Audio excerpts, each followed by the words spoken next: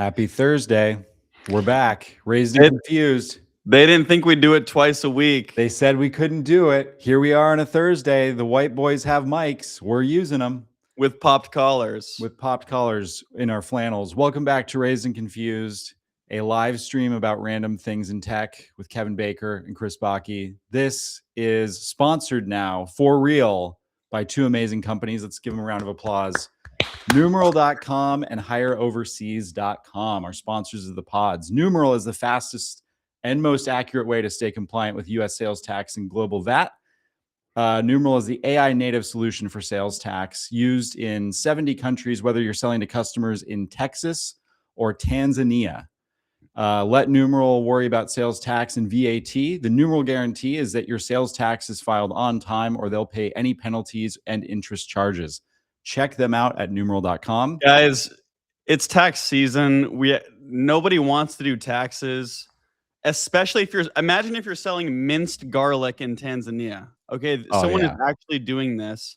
VAT, by the way, if you don't know, value added tax. There's all these taxes. You don't want to deal with them. Hire Numeral. Go check out numeral.com. Big sponsors of the pod, big fans of the pod, and we're big fans of Numeral. They even sent me a hat. They didn't send Kevin one. And it ain't Port Authority, it's Nike.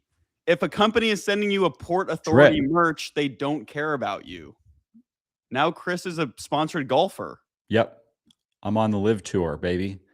And sponsored by our good friends at Higher Overseas. Don't pay Athena $2,000 in margin for an EA when you can get a much better EA and a better price at higheroverseas.com. All right, let's get into it. We're going to be doing ad reads throughout the whole thing. This entire live stream is going to become an ad read because we got sponsors, baby. Shout out to Numeral. Shout out to Higher Overseas. Thanks everybody for being here. We're back. We're switching up too. I'm changing up. A lot of people said money's not going to change me. I'm switching up. I'm not talking to my old friends anymore. I'm literally sponsored by two people now. Hire Overseas. I'm about to hire a stylist through them too. You ain't going to see me in a flannel for much longer. Now, the biggest piece of news that's come out in probably the last year. All right, what do you got? I don't know if you probably already know what this is. I'm sure you've drank stuff at breakfast before, right? Maybe at dinner too. Like, do you have liquids with meals? No. Should I try that? I'm more of like I wait 2 hours. If I have a sip of water, I got to wait 2 hours before I can have a burrito. And then I have the burrito and I'm so thirsty, but I wait another hour or two. That's the Brian Johnson diet that I follow. Right. And we should have Brian Johnson on to talk about this news story because I don't think school cafeterias, my fridge, and the banned liquid section of the library have ever been so back. We need to play some patriotic music because let's go. You don't know how many people have made fun of me for drinking glasses of whole milk, even with meals, which is normal. I grew up on skim. It's like being raised in one religion. You can grow up Catholic, but you can always switch out. And you have to make this decision for yourself. I'm done with skim. I'm done with 2%. And now the rest of the American people are too. Got milk. This is whole. The Whole Milk for Healthy Kids Act. That's amazing. I feel like my kids are already healthier. They haven't had milk in days, but the existence of the act makes them healthier kids. Do you think anyone actually drank this milk right here? Or did they just dump it out like right after this? I'll bet that sassy little girl in the background with her arms crossed. She just reached right over his shoulder. Doesn't this kind of look like this is like an AI photo, right? Yeah. Can you imagine just being this guy watching Trump sign a paper about whole milk and being like, bro, like I slept for like 4 hours last night and I was eating pizza at the Pentagon and now I'm just watching this guy. But I mean, whole milk is officially back. We're back. There's no two ways about it. We are back. It's been a crazy week in the news. Obviously, the Whole Milk Act is probably the biggest thing that's happened. All of San Francisco is talking about it. I assume up in Seattle, it's the talk of the town. People can't stop talking about the whole Healthy Milk for Kids Act or whatever the fuck it's called. People love it. Dude, I'm out here in the sticks where it's illegal, so I can't leak it. but I know the folks in Pennsylvania understand. I'm getting raw milk out here. Like, Mm, bro, it's got 2 inches of just like cream butter type stuff that you have to saw through just to get to the liquid. yeah, that's where it's at. And the chunks taste good, and no one can stop me from drinking that. Okay, no one can regulate that. So The like if you look at the county arrests from where Kevin lives, it's like mostly raw milk related arrests. It's a how much? little bit of parking violations and a couple domestic batteries, but it's mostly related to raw milk, I think. How I bet people are going to become billionaires from this act, though. Like the milk suppliers, the miniature cartons that everyone has at the school. I had Smith Brothers. What was yours? I mean, you must remember. I don't know. I don't know. Oh, because this was before the whole Milk Act. This was before the Whole Milk So Act. Yeah, you were you just were drinking still in water. elementary school when the Whole Milk Act was signed 2 days ago, but I was not. I was already in college. So We had these, and the best part was like lunchtime was so fun because like I'd say 12% of the time, somehow, even with like proper expiration dates, these things would be like the consistency of snot. Like someone had not refrigerated it or it got put back after being left out. But it was like such a gamble whether your milk was going to be chunky or like normal. yeah. And then of course you dump everything in one bowl and everyone's throwing slop in together. And so this is huge for lunchtime cafeterias because skim milk is not fun to play with. It's like so watery. It's not going to stain anything. Whole Yeah. milk is like you can do some damage. Yeah, yeah. I think we had Upstate Farms. I think we had Upstate Farms. I'm looking at like Oh, all the photos. It's been a long time, but I'm pretty sure we had some Upstate Farms fat-free chocolate milk at school. yeah, Upstate Farms raised 50 million from Sequoia. I remember Yeah. that. Yeah. They Speaking of vertically integrated. Sequoia, have you heard about the biggest controversy in venture capital lately? Let me tell you No. about it. So this is my favorite. This might have been my favorite post of the week. We should do an official post of the week, by the way. Yeah. All right. So, oh no, why So we're is it? starting with the replies. Here we go. Yeah, yeah. One of my strongest held niche conspiracy theories is that Sequoia has a fashion consultant, best dressed big venture firm, hands down. We should do the S tier of this next week, where we take all the partners from Andreessen, from Sequoia, from Lightspeed. We go down the list and we rank them. I'm so I down. would bet ahead of time that Founders Fund and Sequoia and maybe General Catalyst are going to blow everybody out of the water. It's going to be like they're going to be S tier. The next venture firm is going to be like B tier, and you're going to see a lot of D tier firms. I'm looking at some of these pictures of Sequoia, and they do have moderate drip. It's like business in between business casual and business formal. Yeah. As long as nobody's wearing, if any of these people are wearing Lululemon ABC pants, I'm disqualifying you. That's not drip. I'm so tired. Yeah. The like, you know how they said you need to dress better on airplanes? Like I think the same thing needs to happen at startups because don't pull up with ABC joggers and a Viore crew neck and say it's drip. Right. You're Well, in Maduro step. set airline travel back 100 years because we were Dude, actually making progress, I think, with the new Secretary of Transportation. And then he jumped on in that Nike suit, and now everybody's just going to be rocking that on planes with the headphones again. So, the Nike tech is so tough. Anytime when I see someone else wearing them, well, okay. The Nike tech is I either see someone, I'm like, dude, that's so tough. Any matching top and bottom. But then sometimes you see someone wearing a matching top and bottom, and it's just like, oh my gosh, the worst.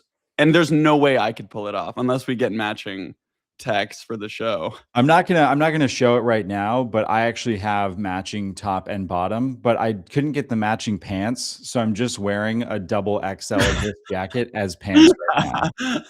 I'm kind of in my Kanye era, Plaid pants. pre-controversy Kanye era.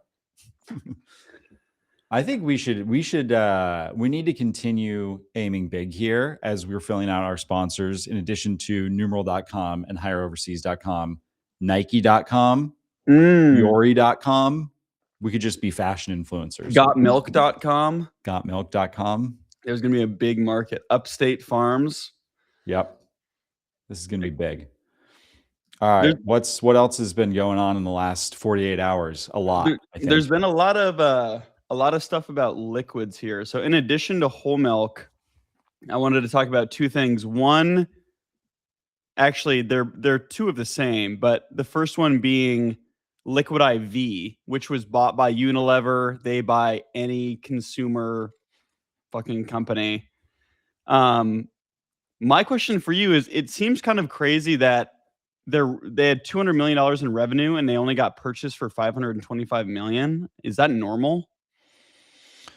I think on these consumer or like direct to consumer businesses, a lot of it is like a marginal. So, how much are they actually making from selling each of these things? If they're doing $200 million in revenue, but they're only at like 20% margin, then it's like, really, this business, it's a fantastic exit price. I think in all these consumer things too, what you're seeing is that you need a lot of repeat customers, and there's all these companies now, like in grocery stores even, that are like tracking, all right, you bought like Liquid IV versus Gatorade versus Fiji. Like when you come back to the store, do you go back to Liquid IV? Do you just like keep buying it through Amazon or directly on the site? That's the other thing, is I think a lot of these companies, like all the liquid companies, like Liquid Death, I think originally they were pushing a lot of their product direct from their website. Now that it's in Safeway and Vons and Kroger and Pavilions and all the big grocery store chains, like all those grocery stores are beating them up on price, and then taking, a sizable cut of Yeah. But that's like Costco. When Yeah. Costco calls you up and they say, "Hey, we'll give you 1 cent. Take it or leave it." And then who's going to say no to Costco? You're going to sell 1 billion items a week and you're going to make a penny on each item that you sell. Congratulations. Dude, the Costco story is crazy. Yeah, the Costco stories all the time. We'll have to do like a funny commentary on that. But my thing is, like, I don't think I've ever bought a drink that gets delivered to me ever. Like I've definitely bought like powder before. Like I've probably ordered Liquid IV. I don't think I've ever bought something like a case of Liquid Death. Except for Costco. Like I will get like a pallet of Fairlife delivered through Costco. The Liquid Death, I would have to imagine that they hired all of the old Red Bull marketing team, because Red Bull did this thing in the call it like early 2000s through early 2010s, where they had the sickest content because they were like sponsoring all the sports that normal people think are awesome. Like the NBA was unreachable, the NFL was unreachable, but it's like, hey, we have like tens of millions of people watching skateboarding, skydiving, all these like extreme sports, BMX. And so they like wedged their way in there through sponsorships, which I think Liquid Death is doing, all these like stock car races and stuff. But also it was like, you couldn't go to a concert without seeing Red Bull being sold everywhere. Like now it's the total saturation in the energy drink market, but like the last like VIP type concert thing that I went to at Vegas, every single table, like the only water that you could buy was Liquid Death. So they're like in the casinos, they're in the hotels, they're in the concert venues. I don't know how the economics work. We should get somebody on who does, but I think it's fascinating. Like if you want water in Vegas, you're forced to drink Liquid Death. Yeah. It's like status symbol water can thing that you have, similar to Right. Yeah, I think for me, Liquid Death, I don't know why, but at first I was so against getting Liquid Death. Honestly, I was like, that's kind of cringe. I don't know why, because it's a sick company, but now I've totally flipped where I'm like, it is great. Like I don't want to, Dasani is like, dude, that looks like shit. And like Aquafina and all, like maybe Smart Water, at least they have a cool looking bottle, but the other ones just look like shit. On the topic of Red Bull and Liquid Death, then the best way to market is by littering. So this reminds me of when Red Bull would just go around and throw empty cans like on the ground This on is crazy. colleges. They would like literally just litter around popular spaces so people like look at it and are like, "Oh shit, like what's that?" I've never heard Um of this. This is amazing. yeah, I mean, I heard that they would put it like around trash cans. Like I think they would at least put it on like the rim of trash cans. But I also wouldn't be surprised if like they just walk around and just like throw this shit on the ground. What else? What other consumer products can we do like a litter campaign with in 2026? Zins, obviously, all the tobacco things. Dude, Zins have that going because all the high schoolers who are throwing the empty tins out of their car before they get home so their mom doesn't find them. Like, Yeah, dude, I probably see at least one Zin tin a day in out here in the sticks. So I could not imagine what it's like in the city. right. And those are just the ones that you're throwing on the ground. Right. Like those are ones that you threw out of the car so that your mom doesn't find it. And then you go back a day later and you're like, who put this here? It's Right. crazy. I hide it out. Yeah.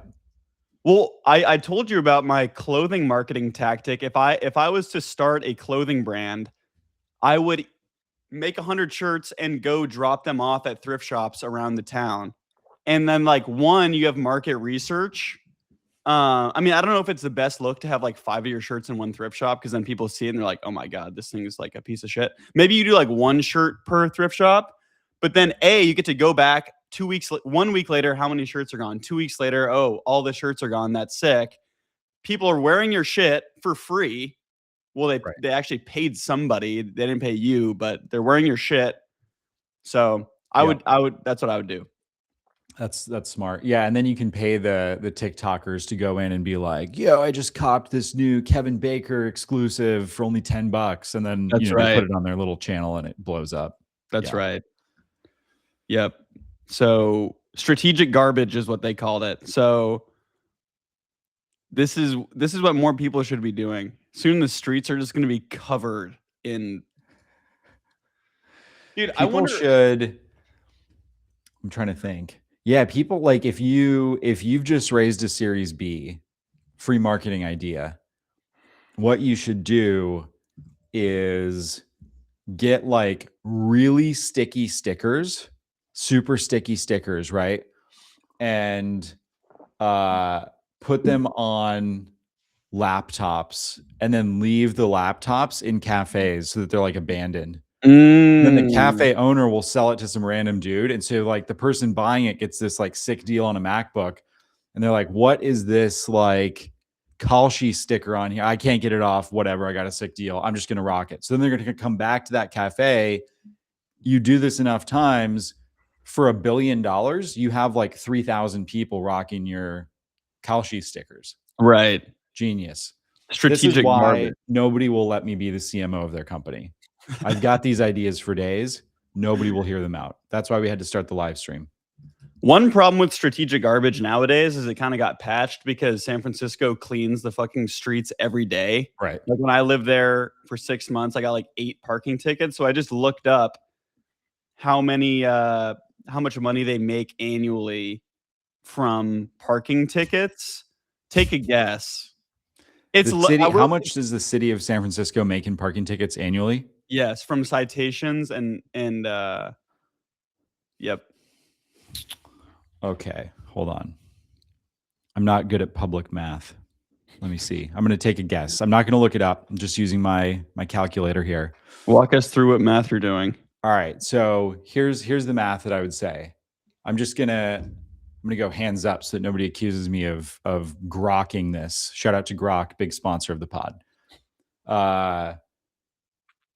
I think there are 900,000 people that live in the city of San Francisco. I think 300,000 cars in the city, something like that. Maybe fewer because a lot of people just don't have cars. But if you assume like 900,000 people, 3 people per household, a lot of those households don't have cars at all. 1 car per remaining household. But here's what throws it off is I think like in New York City, I remember seeing something about that FedEx and UPS have like $25 million budget set aside to get ticketed like every year in Manhattan. 9 million people? No, 900,000 people in SF.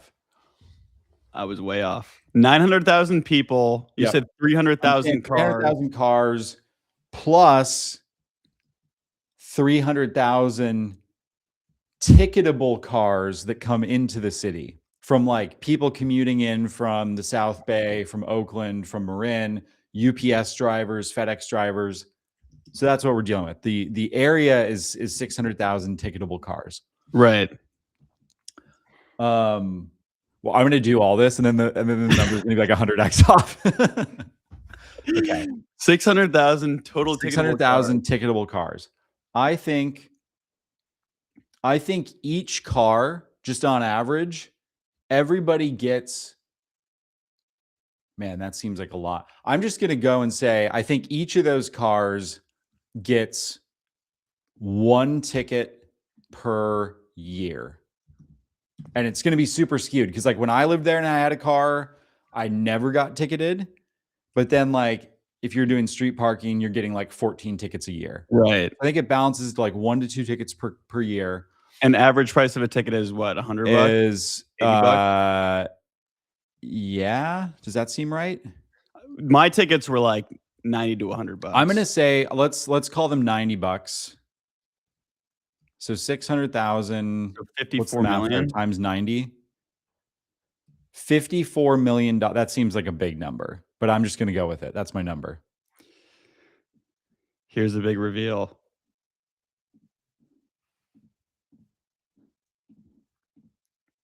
Whole milk lobbyists. Whole milk lobbyists. 90 million annually. Hey, pretty good. So If I would have gone 2 tickets per car, I would have nailed it. Close. Yeah. Okay. I mean, it's like a bell curve of recklessness because like I got 8 tickets in 6 months. Right. So I probably would have got like 16 per year. Right. And there's like some apps where it's like you can like mark your car's location and be like, hey, you got to move your car. But ultimately, there's no way around it. I mean, you're just going to get tickets. Right. All my friends who had cars have tickets. And then the city forces you to get rid of your car unless you pay $400 for a garage. Yeah. Minimum.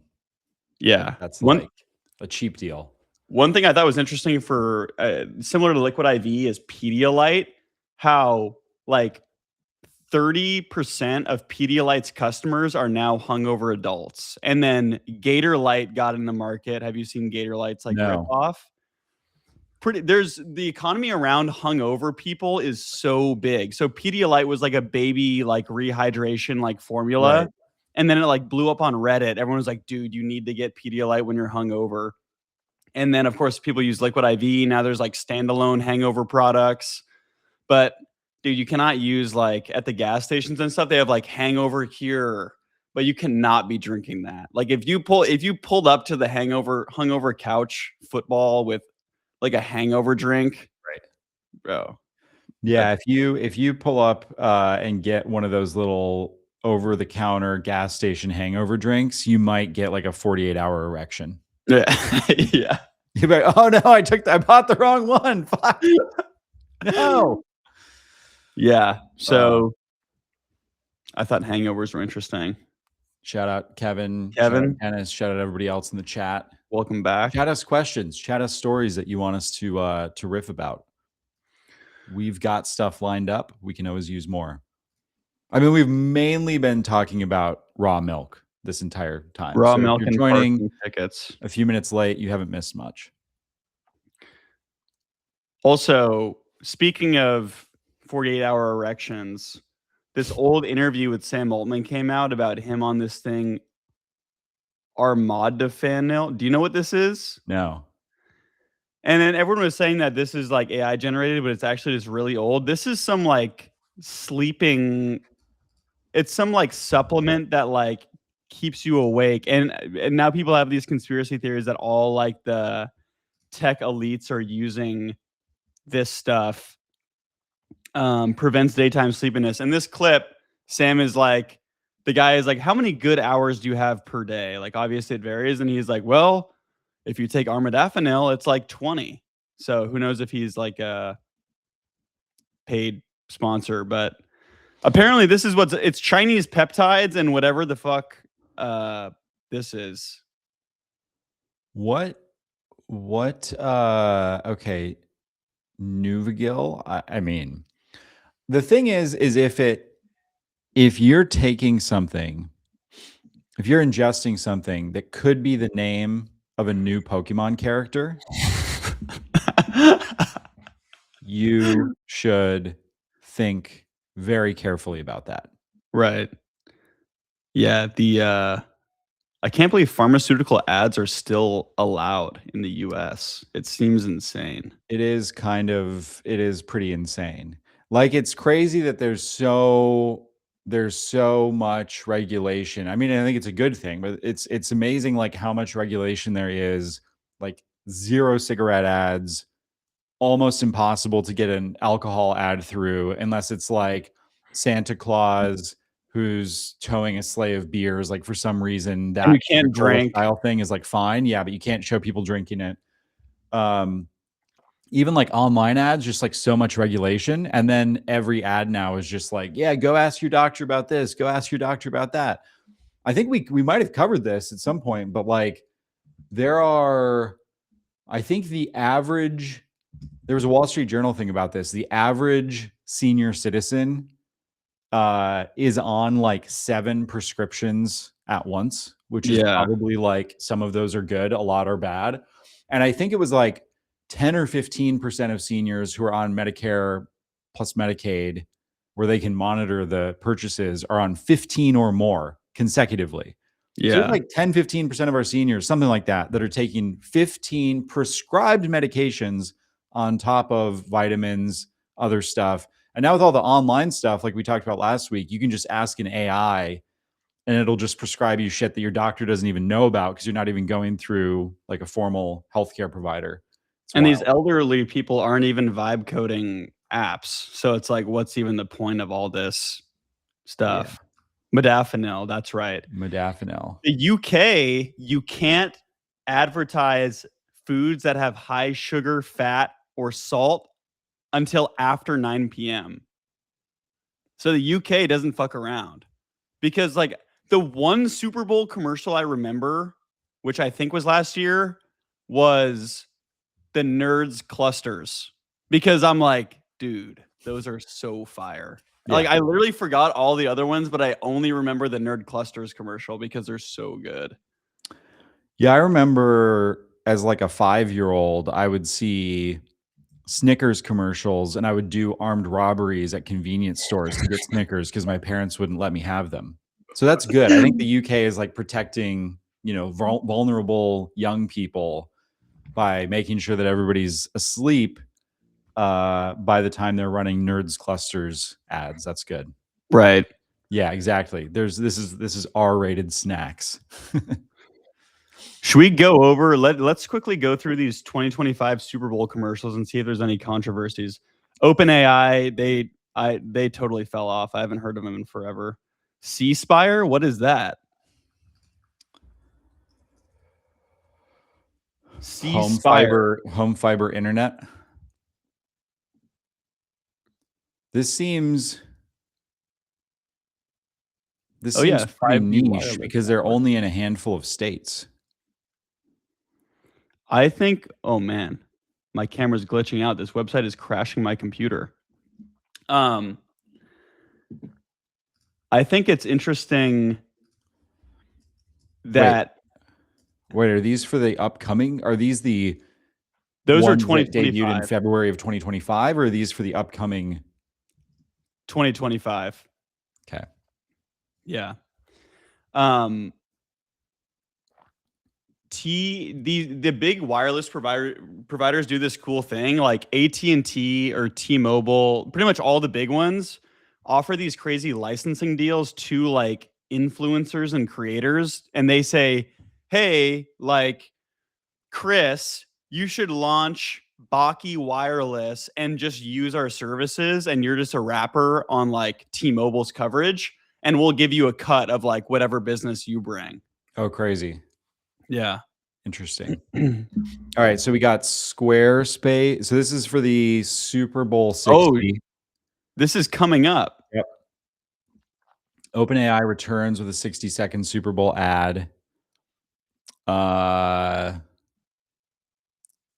Kinder, the chocolate company. Candy coming out. Yep. Dude, what is the ROI? I feel like maybe Candy is going to have a better ROI than OpenAI. Mr. Wait. Mr. Beast Salesforce ad? No way. Dude, no way. Wow, so Pringles, so it's all food. Sabrina Carpenter is going Yeah. pantsless eating Pringles, of course. Pringles is back with this one. The WeatherTech ads are fascinating because I'm pretty sure it is owned by one dude. It's like all these companies are these like massive conglomerates. You have like Pepsi, OpenAI, $1 trillion valuation. We can look this up, but I'm pretty sure that WeatherTech is just this company that's owned by this dude who makes like plastic mat components for cars. And that's super legit that he's alongside like Bosch and Pringles and Pepsi and all these just like massive, massive companies. Yeah, exactly. Big cereal needs sponsorships over the Super Bowl, like Kellogg's, because RFK is on their ass. Dude, they need to get some good cereal in there. Ain't nobody eating Raisin Bran. Oh, we need to S tier cereal brands. The owner of WeatherTech just got appointed to the FTC. David McNeil. Interesting. Oh, we're back with more Dunkin'. It's basically Liquid IV Super Bowl ad debut. Let's go. I think that there are no surprises here. Like these are basically all the companies that advertise every year. Hellman's Mayo. Cost of 30-second Super Bowl ad, $7 to $8 million. Dude, what timeline are we in that there's a Mr. Beast Salesforce Super Bowl ad? Mr. Beast. Mr. Beast also just did he went on Survivor with Jeff Probst. I was thinking this morning, I'm like, dude, we think about these like old time media moguls, like, oh, this guy, huge mogul. Mr. Beast is like the greatest media mogul of our time. Totally. Oh, this could actually be interesting. So Mark Benioff publicly invited Mr. Beast to create Salesforce's Super Bowl 2026 commercial. That like he's gonna design. He's gonna do it as like one of his YouTube videos. Holy shit. Mr. Beast tweeted about having a great Super Bowl ad idea. And Benioff said, that is sick. Mr. Beast always talks about this, how he's like super duper cash poor, which I actually totally believe, because I think he's this guy who's just like consistently rolled almost every dollar back into the business. He bought this like giant campus instead of buying a crazy, maybe he has a mansion on the campus, but he's got this crazy, campus with like, I think hundreds of full-time people now just on his like North Carolina property who are doing set design, costumes, wardrobe, editing, filming. He has like 19 channels now and I think like 9 or 10 different languages. But I wonder on something like that, it would be fascinating. And it sounds like there might be a video about this that I should go watch, but it's like, what do you think the margin is on that? Right. Yeah. It's like, so Salesforce has to pay $8 million to go get this ad live. They probably paid him another 5 to 10 million to go like do something. So that like Salesforce has invested 15 million in this thing, let's call it. But like, how does like, I wonder how much he's going to put into the ad versus just like pocketing an easy 2 million from Salesforce and like going and using it somewhere else.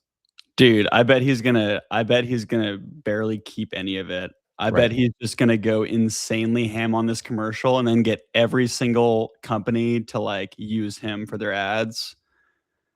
What if it's all like the AI companies? It's just circular revenue.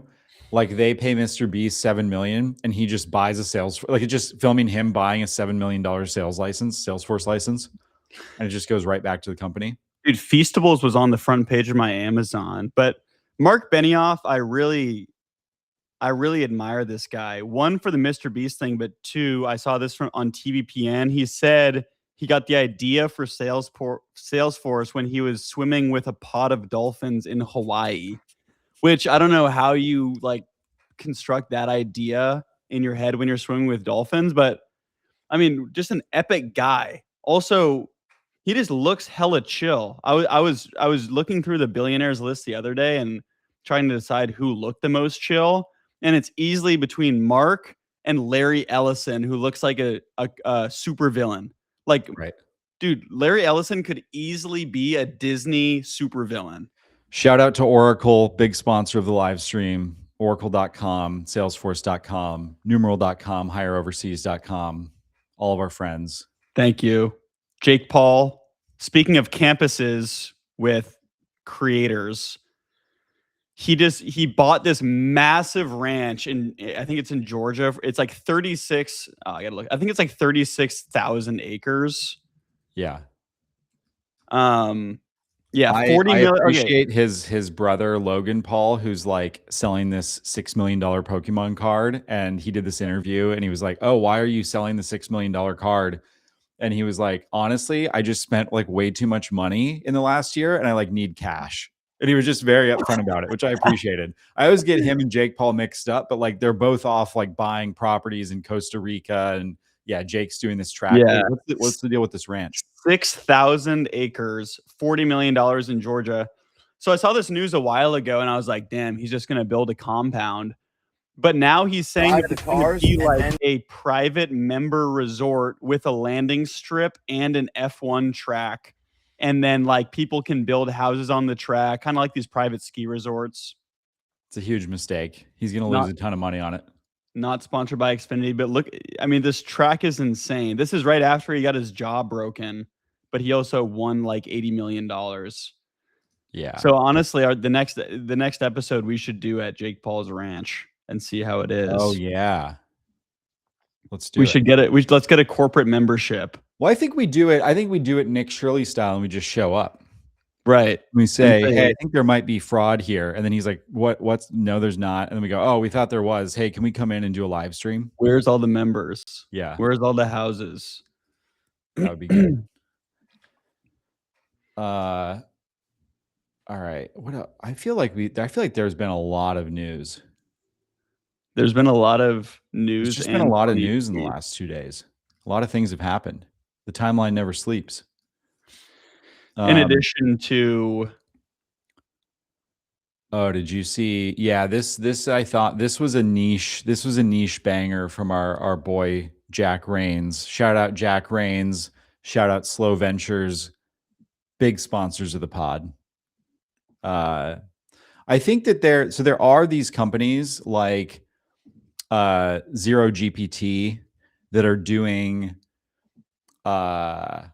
basically finding like AI type writing and trying to give you a score, right, on like, all right, this tweet was completely AI generated or this essay was. I think there's a lot of use cases in education right now. There's not enough scrutiny for people's individual tweets or people's individual LinkedIn posts or like people's Substacks. I read most Substacks now and I go, dude, this is like at some point somebody flipped a switch and they're like, yeah, I'm not writing this shit anymore. right. That's kind of like the death of newsletter in a way. Right. But yeah, there needs to be, I don't know what tools out there exist. If you know of one, drop it in the comment and we'll go through it. But yeah, this is like a huge problem. What about oh, we got, in addition to getting invited to Jake Paul's ranch, Kevin's gonna join us. Hell Ultimate yeah. Georgia trip. Let's do it. I was thinking about books. Like, dude, imagine how many slop books are being published right now. And I think the only like now it's like, are you going to take a chance on buying some random person's book from TikTok that's definitely AI generated? The only way to vet it is A, with reviews that are also AI generated, or B, if they have like a reputable publisher or something, then you know that it's at least not all AI slop. It'd be funny if some legendary author like Walter Isaacson just got into like AI slop porn novels, just like made a bag in his 70s. He's like, yeah, I'm tired of writing about Steve Jobs and Elon Musk, and like each of these books takes like 10 years of research, all these like personal interviews. And then he's like, we're just going to go sell like women's smut comics or something. Don't give me any Okay, how to idea. do it. So you've heard lovable. Everyone's saying lovable for this, cursor for that, cursor for clothing, lovable for whole milk. It's like people are going way too far. And now YC is even getting in on the action. I saw this pop up on my feed. Lovable for Minecraft mods. This is 100% real, funded by YC. Okay, we are in a universe where you are gonna get into YC with a Minecraft mod and then sit down and watch the Mr. Beast Salesforce Super Bowl commercial and drink whole milk. Okay, This is your future. this Wait, is crazy though. I also think that these guys are doing really well. The lovable for Minecraft mods. Yeah. Okay. Yeah. Check this out. This is great.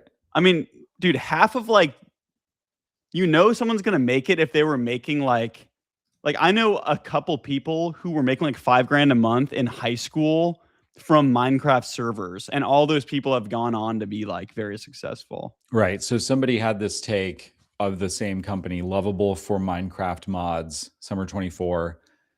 And then the founder, Oh shit. he like blacked out their exact numbers, which I don't love, but he's like basically just like straight up and to the right. Wait, Plus click into it. 78,000% MRR growth, which could be, if you start from $1, a pretty, I mean, either way, that's actually a lot of money. Dude, that is insane. Yeah. Never trust a chart without a y-axis. True. Fair. At least he's not doing technically the fake ARR screenshots like everyone else. But I mean, this is super interesting. Like the fact that there's such big economies on Minecraft and Roblox. Have you seen how much money these people are making on Roblox? Like the top Roblox games and developers. Let me look these numbers up. Row Monitor. Let's Row see here. monitor. Oh, is this like a Roblox analytics thing? It shows how many. Let's see, Roblox charts. Let me find this. Okay, so the top 10 creators on Roblox averaged $34 million in a year of revenue from their games. Wait, say that again? The top 10 creators averaged $34 million a year. The top Each? 100 creators averaged $6 million. This is each, I presume, if it's averages. Yeah. This is each. I mean, a lot of these are studios that are making like these like red versus blue games or whatever. But there's a game called Steal a Brain Rot that makes over $20 million a month. Holy and it's currently shit. Is it based out of China? This is just mind warfare. Yeah. On the future. But like I totally see it because when I'm working at the public library here, right when school gets out, these 5-year-olds flock to the library and they all play Roblox on the library computers. Yep. That's crazy. We should just turn our Slack community. You got to point up to the QR code on your side. Join the Slack. It's just going to be Roblox clips. We're going to start a new live stream. We're going to do Roblox clips. It's going to be sponsored by numeral.com, hireoverseas.com. Most accurate way to stay compliant with US sales tax, numeral.com. Best place to hire overseas talent, hireoverseas.com. They're going to also be sponsors of our new Roblox streaming pod. Do you need to hire a Roblox developer? Hireoverseas.com. Are you selling in-game items in your Roblox game? Numeral.com. It's that easy. It's a one-stop shop for everything you need. Build a company with Hire Overseas. Stay compliant with Numeral. Build a company tear down your competitors with hireoverseas.com. Mm. Go hire somebody to go fuck up your competitors' SEO. Do it. It's cheap.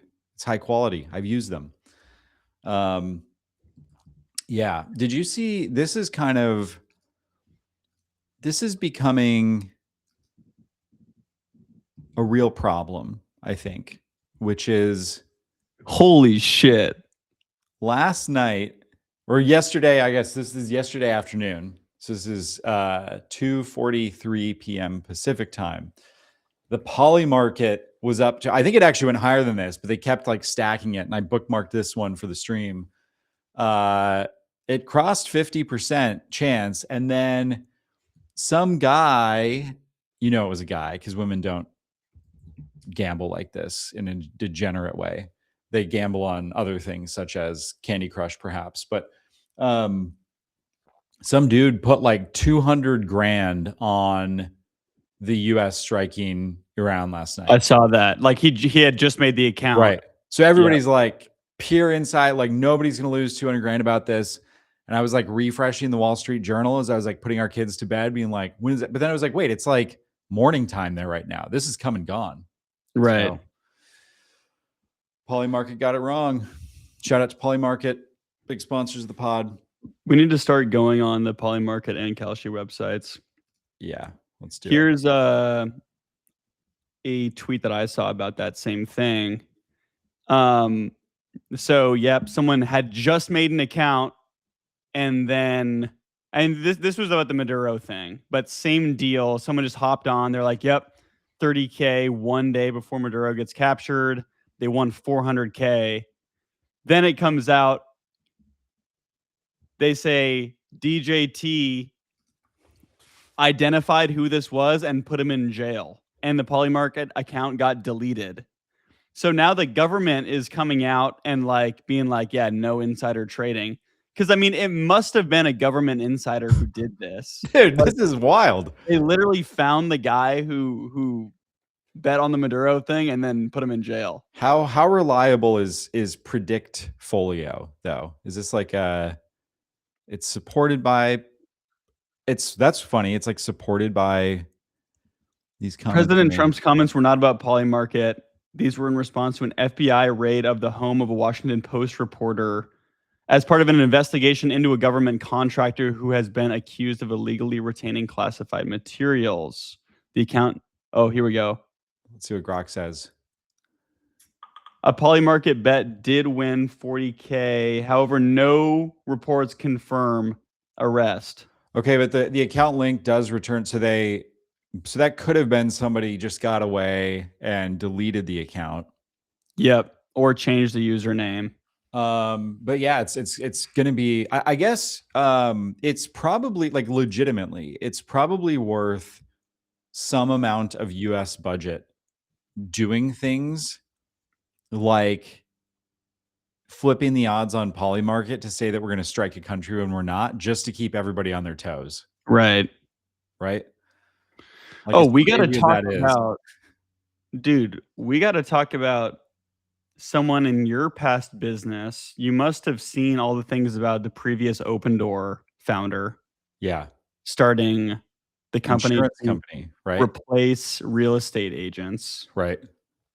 Let me find this. I had it bookmarked, but I need you to explain it to me in like layman's terms because I don't know anything about real estate. I'm going to explain this in raw milk terms to you. Yeah, please. Okay. Do you have? Here we go. I'm pulling it up. Yeah. So if you're on X, you definitely saw this tweet. Yep. This was JD Ross.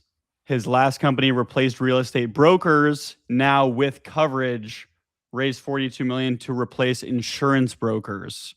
And then I guess in some sort of Star Wars fashion, these two like enemies came back together because they were so bullish on this company. So maybe you tell me what's going on here and like first of all, what did Opendoor do exactly? And then what is this new company like trying to do? So Opendoor was founded by JD Ross and Keith Raboy, plus some other people. I think Eric Wu.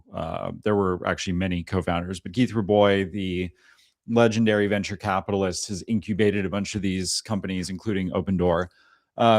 Opendoor was a jump over the middleman where it is totally legal as long as you've just signed all the right documents. I think you might need to have like a lawyer involved, but basically, when you sell a home in the United States, and I think in a lot of other countries, you are paying 6% commission.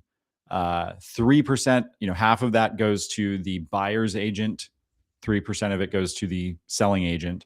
So when you sell, let's say, $1 million home, you have to take $60,000 out of your $1 million that you've just sold the home for, and give 30,000 to whoever was representing your buyer, and give 30,000 to the person that was representing you.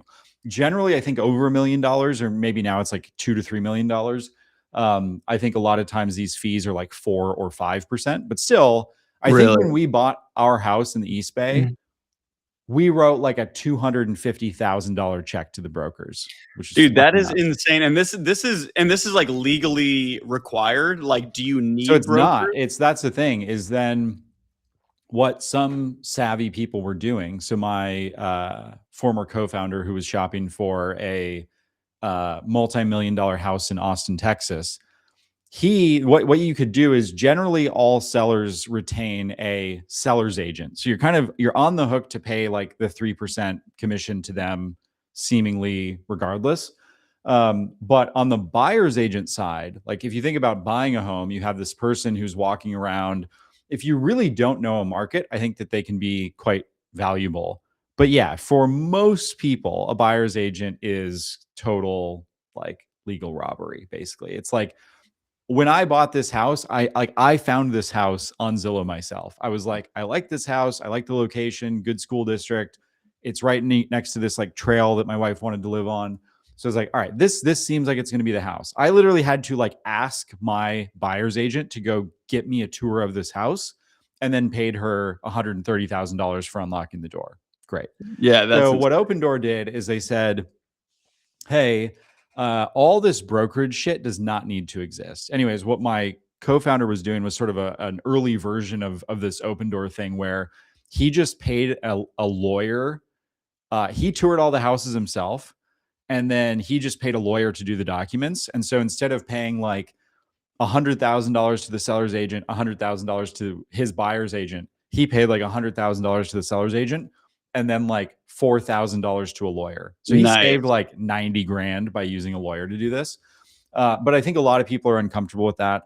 And so Opendoor was basically this, what they called like iBuyer, or internet buyer of homes, which was, hey, if you, instead of selling your $1 million home and potentially paying $60,000 to both sides, list it through Opendoor, and we will just give you like a cash price. I think they played with a bunch of different versions of this, but it was like, we will just, you think that your house is worth $1 million, and you're about to list it and then pay 60,000. How about we just buy it for $950,000? So it's like a little bit lower, but you actually make more money in the end because you're not paying brokers. And then they would buy the house, Opendoor, seemingly for less money than it would go for on the market. And they had like this arbitrage to work with then, where then they would use their Opendoor site to find buyers directly. And it was almost like an Amazon purchase. Like, you could just sign up to Opendoor, sell a house, sell 10 houses, sell 100 houses. And then if you were looking to buy, you could just go directly to Opendoor, find houses that they had in their inventory, and then buy the house. Now, the problem with this model is, at one point, Opendoor owned like thousands and thousands and thousands of houses. So if the market is going up, they actually make way more money than projected off of those homes. Zillow got into this business as well way after I left. But like, the problem is, in 2022 and obviously in 2020, you had these crazy periods where like housing prices were going down 10% in a quarter, and they were going up 10% in a quarter. And so if you were just like buying one of these houses at the wrong time, if you couldn't flip it fast enough, which typically, like if you're buying a house as an iBuyer, you might be sitting on it for at least 90 days, even if you're doing your job well. Right. So it was this like super, super, super genius business, but that everybody in real estate hated because it was like there's just so much risk that needs to be under. To add a detail, they bought over 11,000 homes in 2023. Yeah. So yeah, at any given point, if they're buying whatever it is, 1,000 homes a month in 2023, which I don't even know if that was their peak year. It could have been before that. But yeah, if you're buying 1,000 homes a month and you assume that there's like a 60-day turn period, at any given time, you have like 2,000 homes that you're just holding and like waiting to find a buyer for. Right. It's kind of crazy. In 2022, they purchased around 35,000 homes. Yeah. So I think that was probably their peak year. And then I think things slowed quite a bit. And long story short, when things started to slow in 2023, 2024, a lot of the leadership team left, including, I think, all of the original co-founders. The team got turned over to like this person that just kind of ran the stock into the ground. It's a public company, so you can like watch the let's pull it up. So could you invest in real estate through opendoor, kind of, even though they're a tech company, like they're highly exposed? Yeah, go to their 5-year chart. You can basically see the story. So yeah. So the stock like literally went from 30 some dollars a share in 2021 to, I think at one point it was trading at like 50 cents a share. Yeah. Right. And then so what happened is they hired this guy from who's the president of Shopify. I think he's actually like a former YC founder. He was the president of Shopify. They hired him as the new CEO. This guy Kaz, who everybody seems to like. And you'll see when he got hired toward the end of 2025, the stock popped back up from 50 cents back to $6, and it's sort of there again. That's anyway, crazy. They're trying to make this a thing. And my understanding is JD's new company is essentially trying to do this with insurance. Insurance is the same thing, right? We bought a corporate insurance policy on my last company that was like errors and omissions insurance, which is like if we sign something and it comes back to bite us in the ass over the acquisition or over some of our major customer contracts, we have insurance for that. We have director's insurance. So if like somebody gets hit by a bus and there needs to be like a change in director, you like insure all these things at the business level. And it's minor, but like each one of these policies is like $12,000 a year for a small business.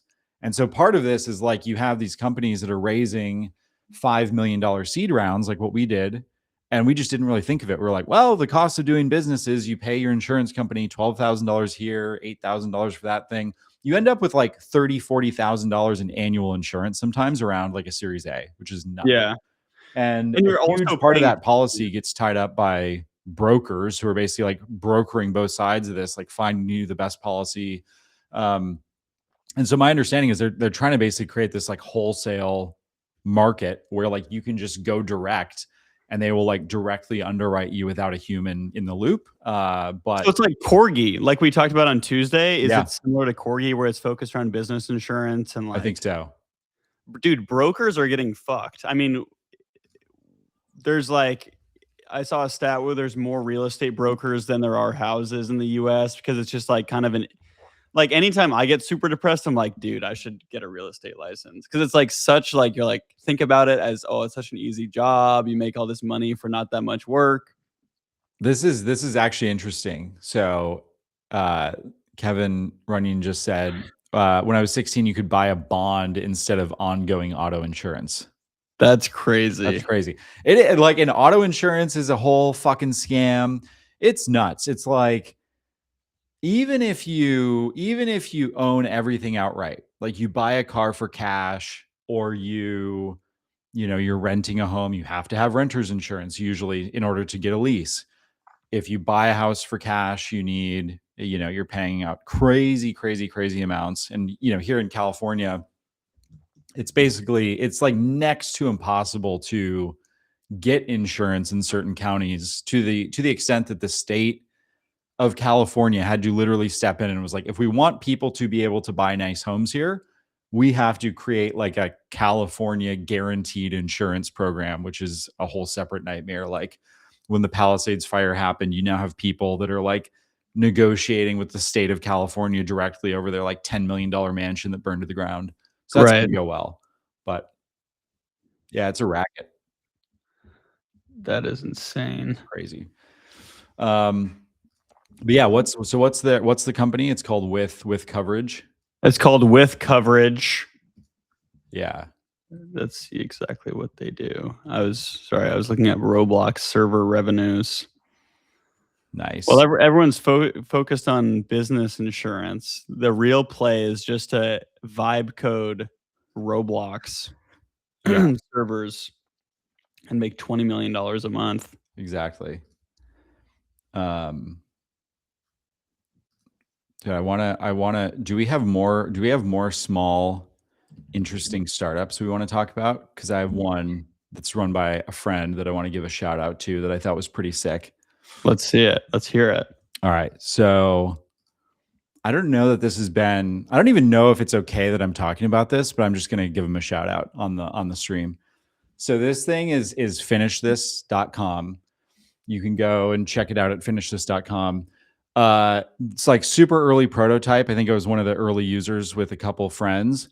But it's this like, I think what we were talking about earlier was you have all this AI slop. And so the world is like totally imbalanced right now. Where on the one hand, if you're trying to write a blog post or you're trying to write a newsletter or you're trying to do like an essay for school, you have these like totally GPT, Gemini generated things that you can like poop out and just put on your blog or whatever. And then on the other hand, you can go and you can hire a writer to like full-time write for you or to write like an individual project.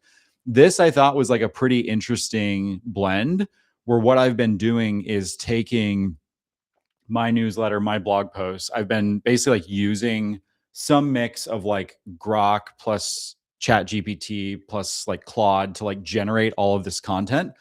And then I will just like add it as submit it as a project through Finish This. And then human researchers will like fix all the shit that's like incorrect, which actually there's a ton of hallucinations with AI. They will like add design elements. So like one of the problems is like infographics that you get from AI are really bad.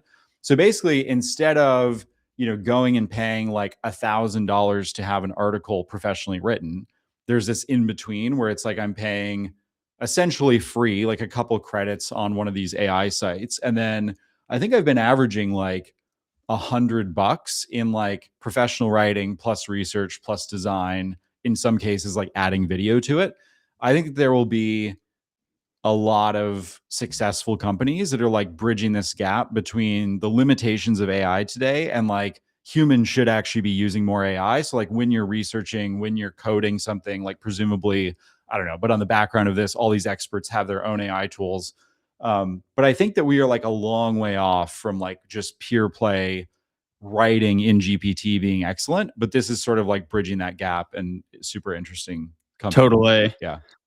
And this is something that Deloitte should actually use because they've been fined 2 times when working with the Australian government. For one, they just submitted straight up GPT reports with fictitious individuals, made up references, and it literally made up a judge's name and like something that the judge said.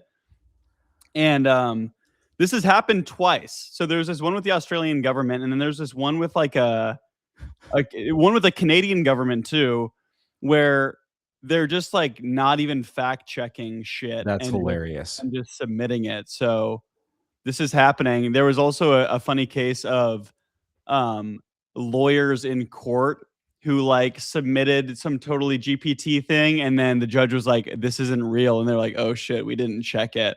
So yeah, you That's can't. awesome. I mean, you just can't. You can't rely. Yeah.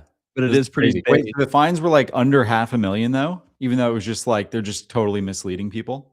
Yeah. So, well, Deloitte, the Oh, project they is for paid 440,000. Got 440. it. And then let's see how much the fine was. In September 2023, they were penalized. Oh no, here come the ads. Yeah, this is even a bigger problem A in partial legal refund, docs. 290K on a 440K project. So they refunded like half and said, "I'm sorry."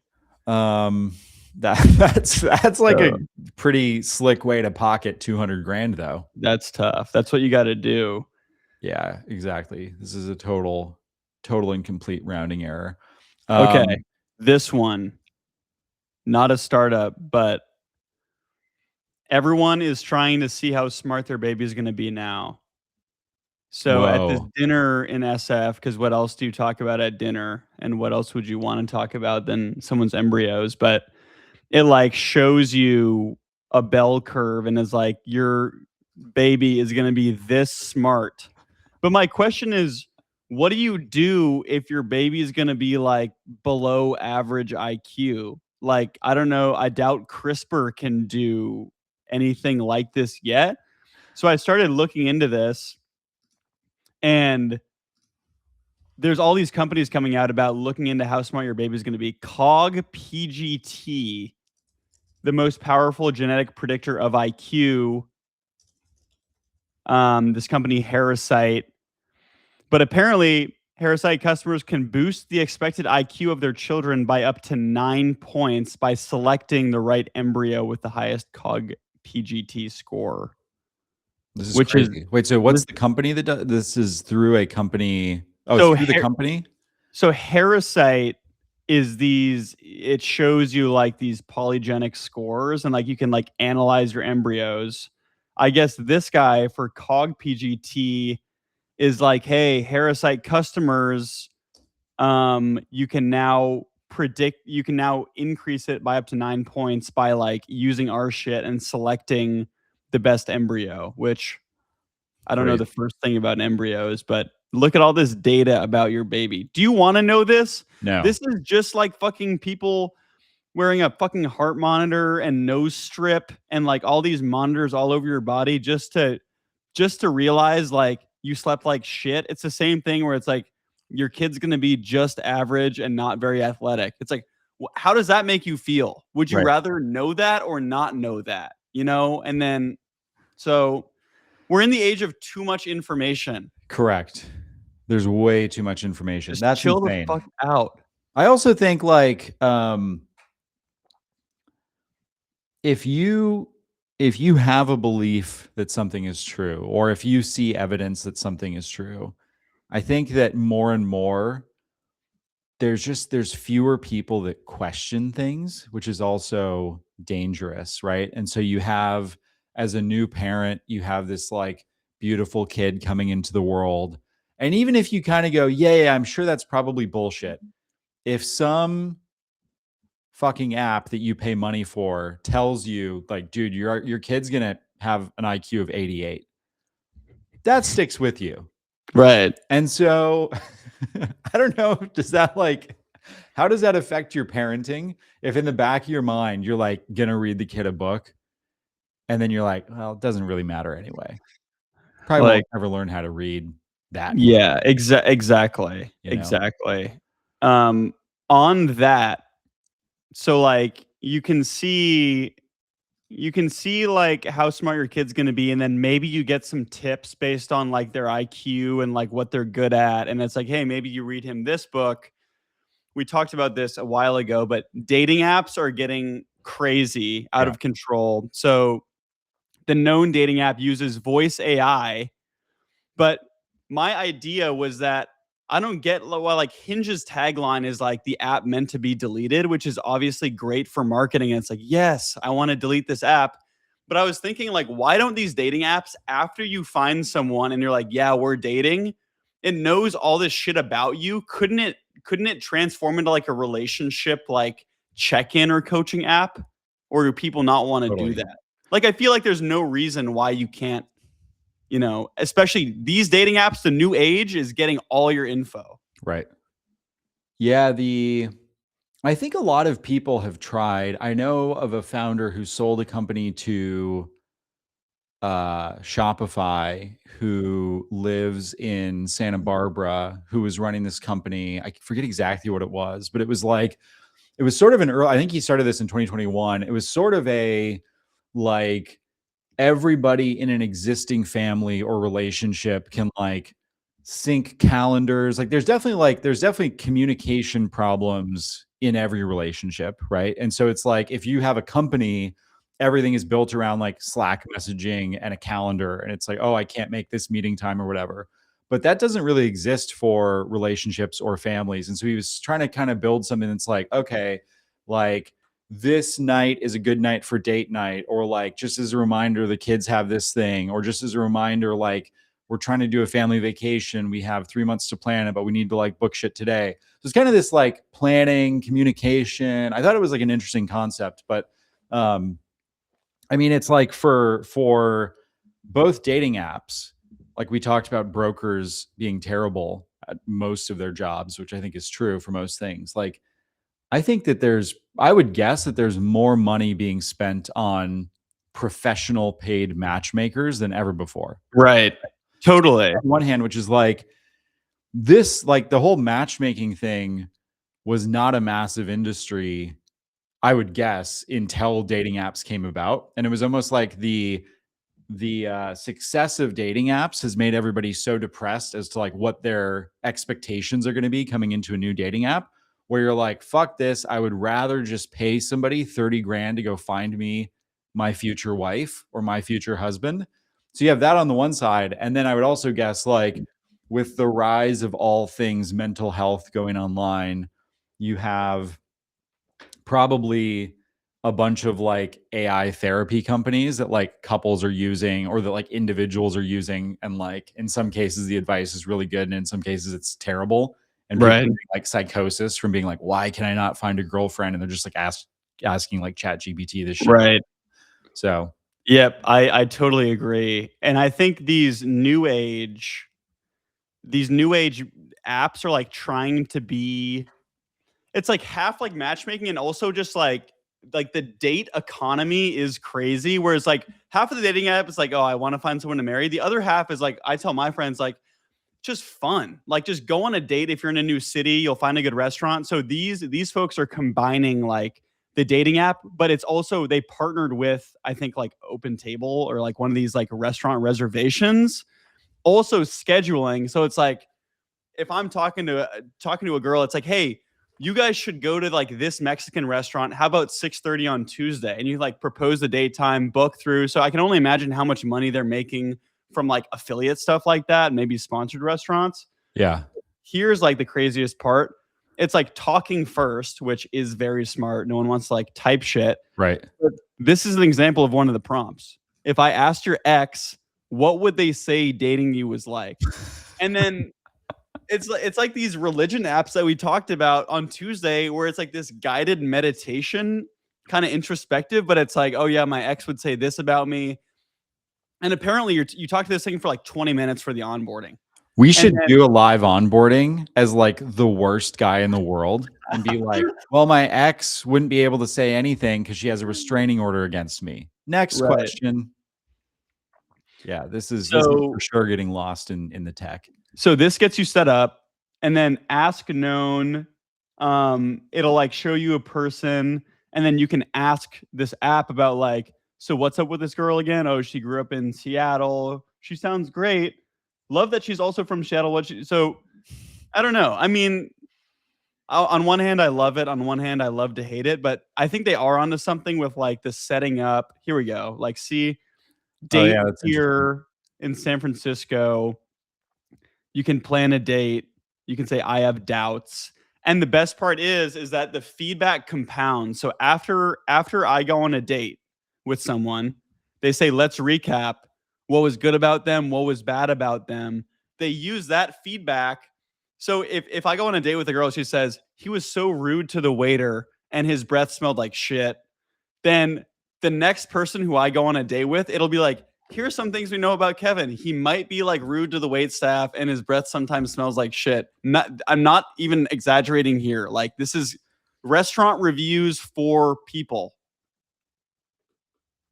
I know that was a lot, and I know that you're This married, is but horrible. this is huge for single people in San Francisco. Well, it's And like nobody. All right, here. Okay, here's the thing. As a person who's been married for 10 years, I'm allowed to have an opinion on this. All right, when this is like, okay, so I think if you did this for hiring, it would be the most illegal thing in the world, right? Which is like, oh, Kevin interviewed with me, and you're just having like a really bad day, and this is Yeah. your first interview through the app, right? And so Kevin comes and he interviews with Raised and Confused Corporate LLC, and I go, yeah, this guy was kind of off, didn't like him. He showed up, your bus was late. He's late. He's not reliable. He was giving bad answers, whatever. So I put that in the system. You think that there's a second interview that comes, right? Right. So it's like every person in the world, unless you're like in an arranged marriage, who ends up having either a long relationship, whether that leads to marriage or not, like to get there, you have to go through a lot of bad dates. Right. To get a job that is amazing, you have to work some shitty jobs. You have to have some bad interviews that you just fucking bomb. And part of life is like every day you just get a reset.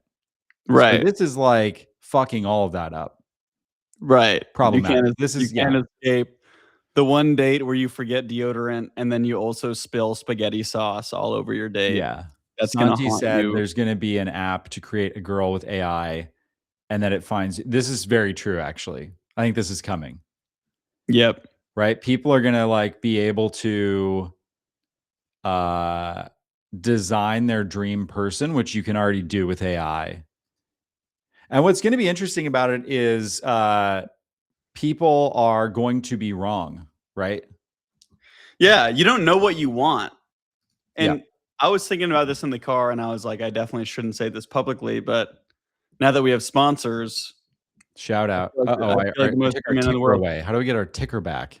By the way, hire overseas, hire anybody. I don't think you can hire a girlfriend yet. If you want an EA, hire one. They've placed people in car dealerships, cold callers. I mean, they will place anybody. Stop paying Athena so much money.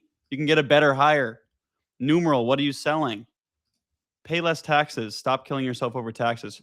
What I was saying, dating apps and food. Oh, this is sick. We got the triple screen share going, and your head is now the logo. Nice. There we go. Numeral.com. I mean, this is just so Fans chill. of the stream, sponsors of the stream, good people, let them worry about your sales tax. And hireoverseas.com. Hire top overseas talent, exceptional results for less. Both of these companies I've known for a long time. They were crazy enough to put their logos down below and actually sponsor this stream so that we can start to pay money for better editing, for better clipping, and Kevin's going to buy a ring light live on stream right now on Amazon using the money that they spent. Damn straight. Now let's pull this up. I'm glad I didn't launch into my tangent about dating apps being very similar to food. Here it is. We're getting Amazon up. Okay, so what I'm saying, like what you were saying, okay, you can design this perfect girl and then maybe find somebody similar. But my philosophy with all of life is that you don't always know what you want. And with restaurants, you can't always trust what you see. So sometimes you know what you're in the mood for, Italian, Chinese. Sometimes you really don't. You're just really hungry. You're just desperate for food. And what you have to realize is that even if a restaurant has a 4.8 stars, you have to think, well, why does it have 4.8? Is it because of the food? Are there only 5 reviews? Because that's a little fishy. Does it have a 4.8 because the bathrooms are really clean or the food safety level is really good? Because for me, those aren't things I care about. And what I'm trying to say bluntly is that sometimes the 3.8-star Chinese place is what you wanted the whole time. And if you're not going to give it a chance because it has a 3.8, because it has a dirty bathroom or a straight face for the food safety rating, then you're not really giving it a full go. And the issue with dating apps is that maybe what Known is going to fix is that everyone is giving themselves a 5-star review. Like, there's no 3.8 stars. I mean, maybe some people are saying, you know what, honestly, like, my arms are a little too hairy. I don't like it. But most people are selling themselves over the top. Even the shittiest restaurants are like, we have clean bathrooms. So all that to say, give the 3.8-star Chinese place a chance because you don't know what you want. So stop acting like you do. 100%. And let me make sure this isn't going to show my address. It's okay. There's only 2,000 or 3,000 people who have access to the stream. So that's fine. All right. So this is what I mean when I say switch up. People say invested in the stock market. People say you should be buying silver. Yep. I'm like Mr. Beast of streaming. Everything I do goes right back into the business. Okay. We get some sponsor money. I'm splurging. Ring light, webcam. Don't expect. I'm not actually this pale. And I'm, my camera's not actually this bad. So don't expect me to be humble forever. Oh, nice. I just doxed myself. But the boys are splurging. Oh, yeah. And because you were buying a little something with the sponsorship money, I thought, I already have a ring light. I already have a microphone. What do I really need? It's only 410,000. I think I should just pull the trigger on this, right? Here's the thing. We can each lease one of these for $3,700 a month. We're going to put a numeral logo on it. We're going to put a hire overseas across the hood. That money's going to keep flowing. We were reinvesting back into the stream. That's what people want. This is hilarious. They're using like tricks to try to sell a McLaren. This is going to sell soon. 180. I was like 170 of the people, by the way. Right. Yeah. And the other 160 are like 8-year-olds who are looking at it. All right. Okay, if we're splurging, then I'm not messing around. I'm literally gonna order this because this is what happens when adults get sponsor money. You can buy what you want, and I'm done fucking having the garlic part stick to my fingers, and it's impossible to mince. Yep. And where do you even start cutting it? And like, do you include the bottom part? I'm done with that. I'm literally just gonna have this delivered to my door. I do with sponsor money. Haven't minced garlic in a long time because I hired somebody through hireoverseas.com to come to my house and be a full-time garlic mincer. She minces once a month, but it's still worth it. And it's a lot cheaper than Athena would be for the same thing. Athena was trying to take a $2,200 margin on a garlic mincer. And I was like, dude, stop. Have you even talked to the guys that hire overseas? Because I got a garlic mincer for a lot less and it was a better hire. Wait, pull the garlic that you're going to buy up again. Could you please search up what the sales tax is on minced garlic too? That's exactly. Great minds think alike. So you're paying $349 on this. Let's add it to the cart. Let's see here. Delivery. Let's do delivery. What? Dude. Are you kidding me? Here we go. Let's see what we got. Order pickup. $349 sub. What? It just said estimated tax is 11 cents. On a $349 regional fees. What the hell is that? Paper bag fee. Okay. I don't need a bag. They're putting it in a bag. Put the garlic in the bag. Put the garlic in the bag. Do you see this? Imagine having to, oh my gosh, if you're selling this minced garlic, imagine having to manually calculate all the taxes, file them. Who has time? Let's get the CEO of Target in here. I know he's in the chat right now. Let's bring him in or her in. Yeah. I don't know. And we're going to give a little numeral plug. Okay. Let's see here. I'm trying to let him in. Let's see. Is he? I think he's. Oh, the connection dropped. Damn it. I wonder what the tax is on Chinese stringed instruments, because I've been in the market for one, such as a Luchin. I think, let's see, it's really new, but there's a new trend emerging of video game interfaces for managing AI agents. I think it's such a cool concept. Wait, how do I? Oh no, how do I click on these? I think I did see this. Let's see, Ethan. Oh, interesting. This is cool. I think this is the right post. Mm-hmm. Hey, check it out. We're live. It's like we're in the Matrix here. Whoa. All right. Had Claude Code. Let's see. Let's get this big. Had Claude Code build a little plugin that visualizes the work Claude Code is doing as agents working in an office, with agents doing work and passing information to each other. This is great. This is sick. So this is just the background of doing work. Yep. And so it's like little video game style, like a task was completed. So they have the researcher, the coder, the reviewer, the artist. And they're like passing work back and forth. And then you're just getting the update. So this is like presumably just running. That's pretty sick. Here's another one that I found with a even like Civ 5 looking interface.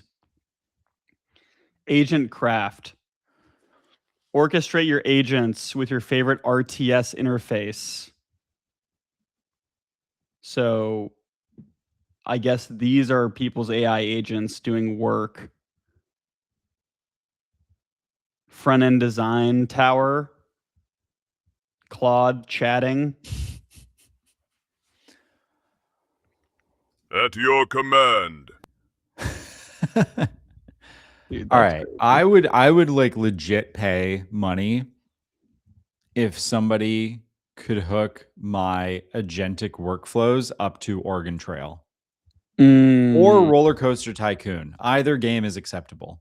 I want mine workflows to be like a 2014 Black Ops 2 search and destroy Xbox live chat where like the agents are like, one of them's like a 6-year-old like squeaking, and another guy is like calling me horrible names while he's like doing work and saying like, what the fuck are you doing?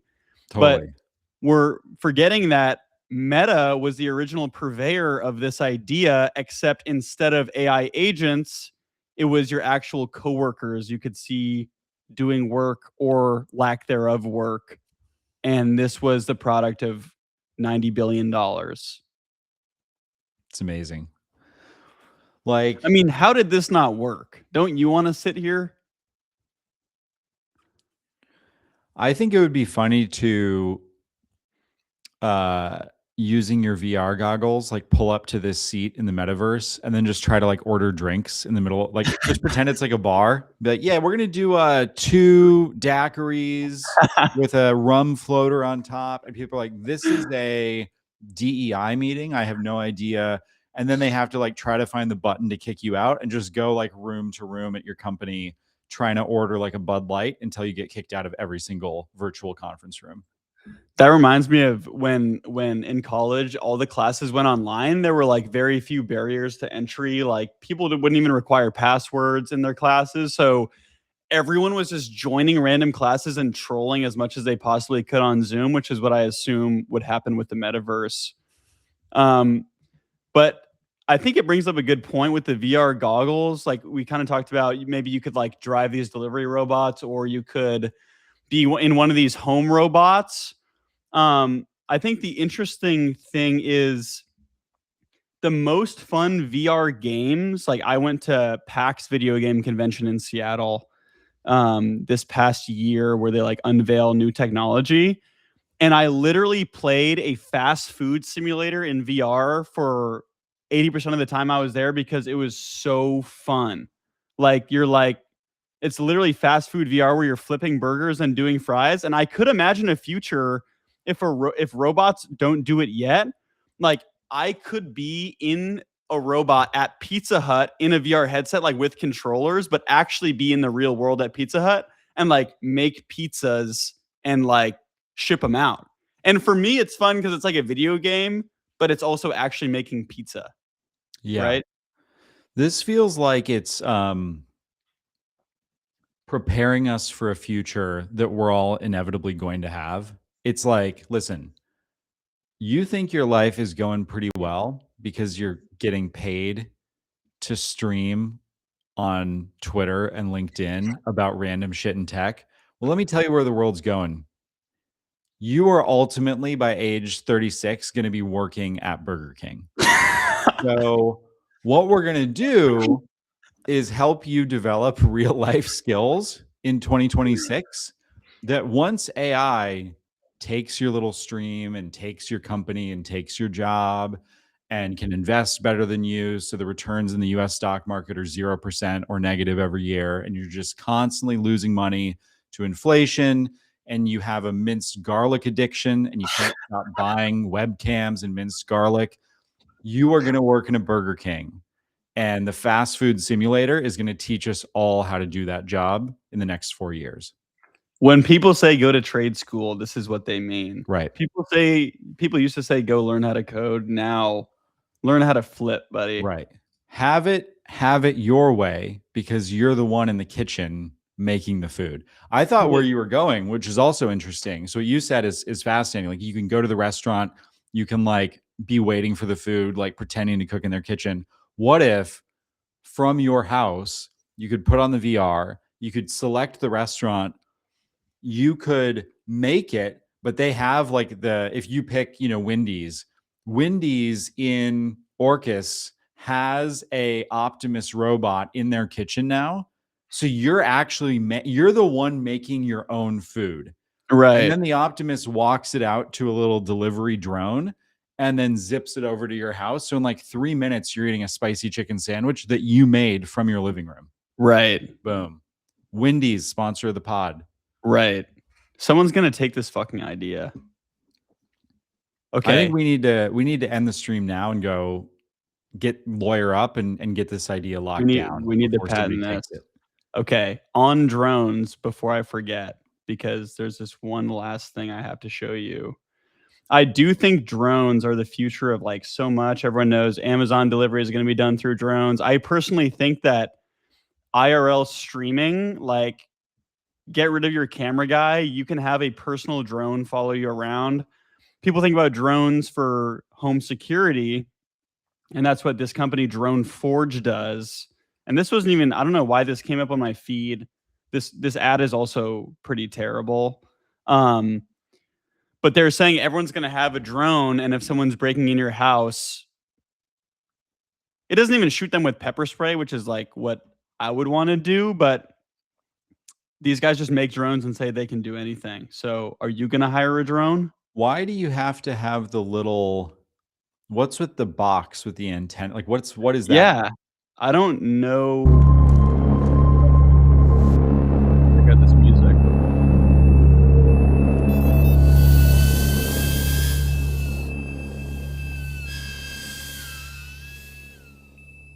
This reminds me of the drones. It's so bad. Like you hate to watch it, but it's on TikTok when people like fly drones next to homeless people. Oh, I haven't seen that.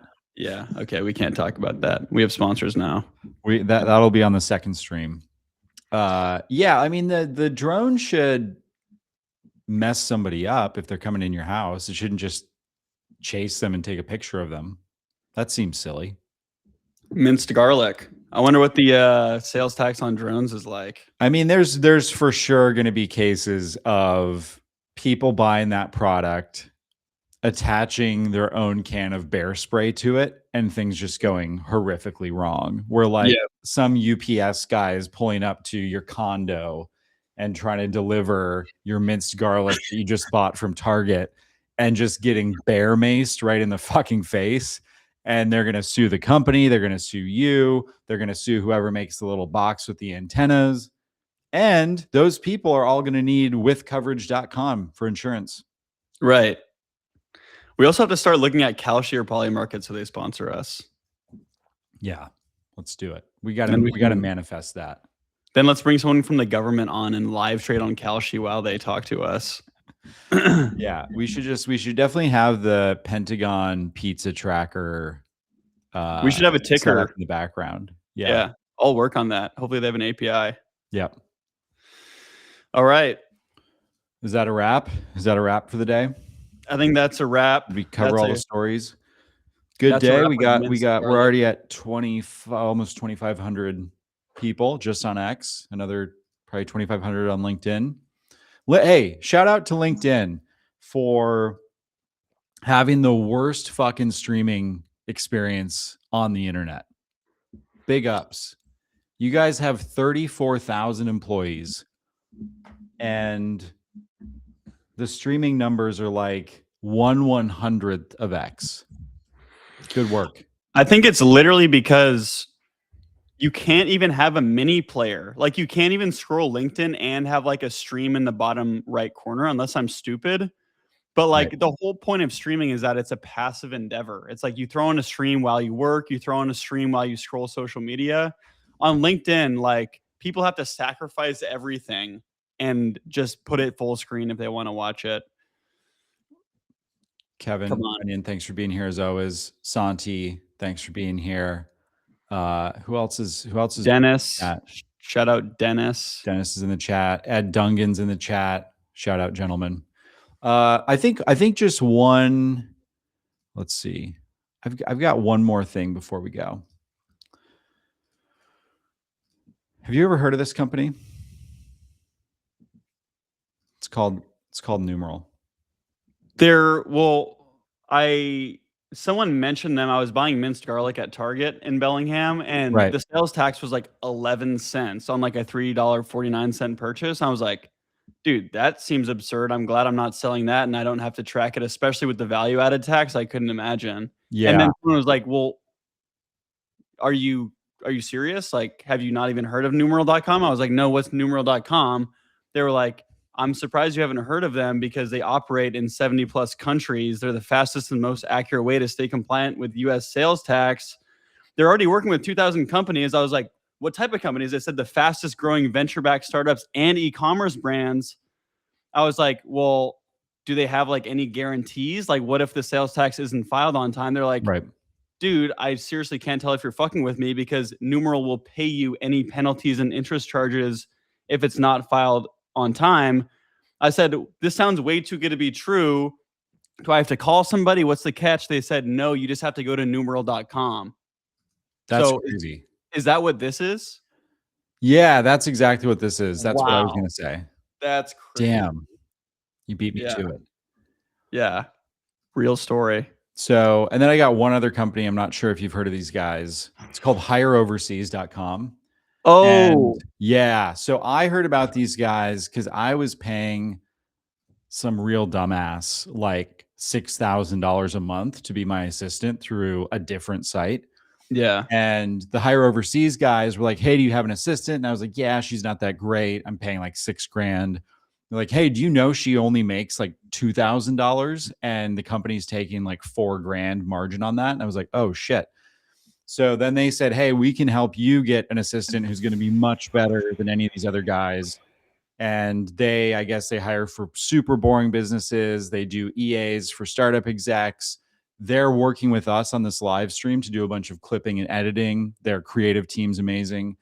And they've even supplied 20 of the same contractor for this AI company that's going to hit like a $20 million run rate. So companies are replacing their entire teams with the Hire Overseas team, which is sick. Wow. Yeah. That's insane that we both have stories we about just knew about these companies. That's awesome. Wow. Yeah. Good for us.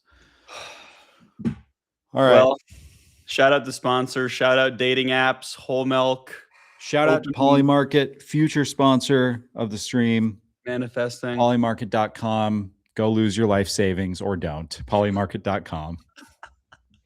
And if you have inside info, go trade it on Polymarket. Dude, some guy made an account in the dairy industry and bet $1 billion on whole milk being the Whole Milk Act passing. And now he's arrested.